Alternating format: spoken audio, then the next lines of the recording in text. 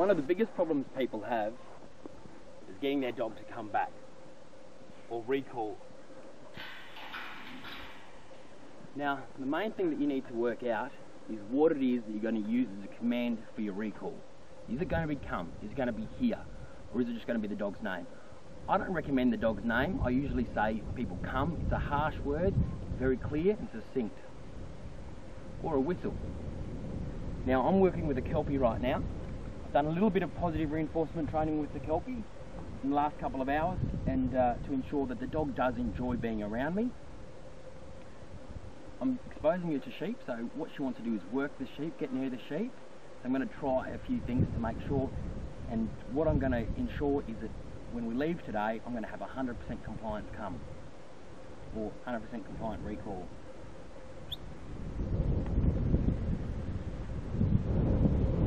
So what I've just done is a whistle, it's a high noise, and then as she's come towards me, I come backwards. Dogs are, of course, a carnivorous type animal. Anything that moves, they can see because their sight's quite different to ours, so they can see it much easier when it's moving. Also, the high-pitched noise, like a whistle or a here, anything like that, or a come here, something like that is going to get the dog's attention because it's a high-pitched voice, and then as you go back, the dog will be attracted towards you. And patting yourself like this also adds more movement and excitement for the dog. If the dog doesn't, now I've got a pretty good compliant Kelpie here. If the dog doesn't come back towards you, use a long line. Tie the end to yourself. If you haven't used one before, it always just makes it easy. Now this is just twine, nothing exciting. Come, come, here, here, here, come, here. Good puppy. As you can see, that time took a little bit longer. She'd found something over there that was really, really distracting. So the higher the distraction, the higher the attraction. So as you saw, I used a few things in my tool belt.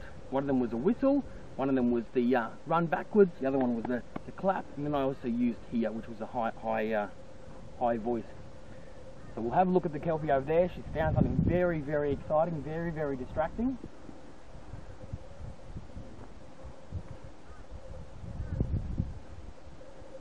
Something that she can actually eat. Come, here, here. Good dog, good dog. Okay, so the keys there were something short and sharp to get her attention, a whistle, then a command, which has come towards me, and then of course I gave the movements. That's my wrist on my thigh, and then I gave the reward of a pat. Come. Good dog. It really is that easy. Now, to make sure 100% compliance, you can use the long line. To start using a long line, have the dog next to you and get the dog to heel. And just walk a few paces in one direction, then another direction, keeping the dog next to you.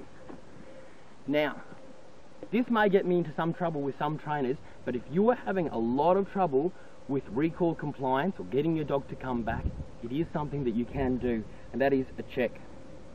It's not a pull, and it's not meant to hurt the dog, it's just meant to get the dog's attention, and it's meant to attract the attention to you and away from the distraction. In this case, we've got a big mob of sheep over there, and I'm getting the dog's attention back towards me. So before you start using a long line, this is really essential that you do this to make sure the dog is very aware of the long line and aware that the best place for him is right in close to you. So you're making a safe place for the dog. Alright. So I'll encourage the dog to go to the sheep. Yeah.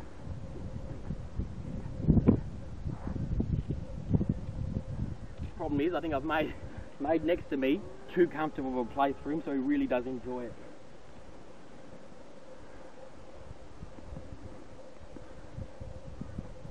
Not every dog is going to learn as quick as this one here, but hopefully he's a bit away from me. There we go.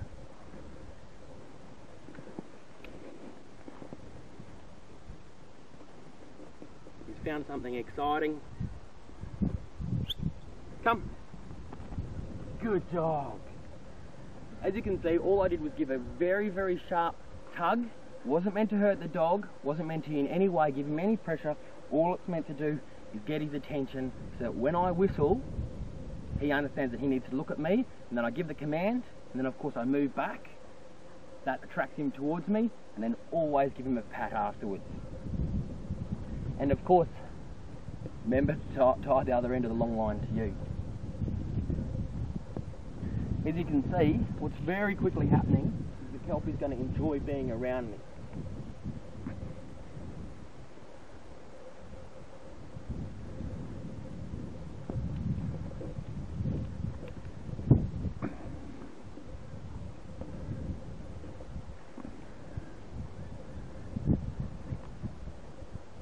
Come. Good dog.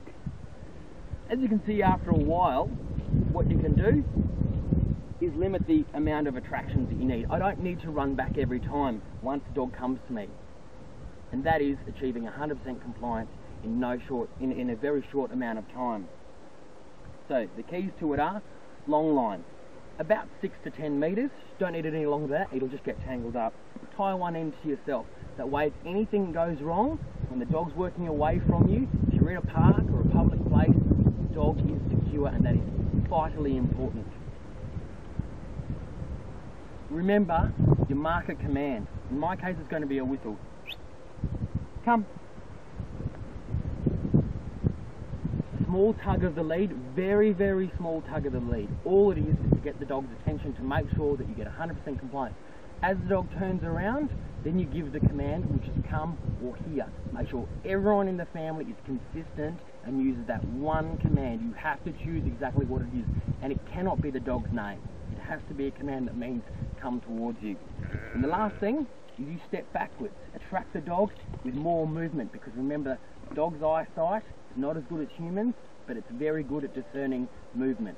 So give the dog movement, and then when the dog comes to you, it's a big pat. It's a big reinforcement of what you just did was the right thing, and you'll be rewarded every time you come towards me is a good thing.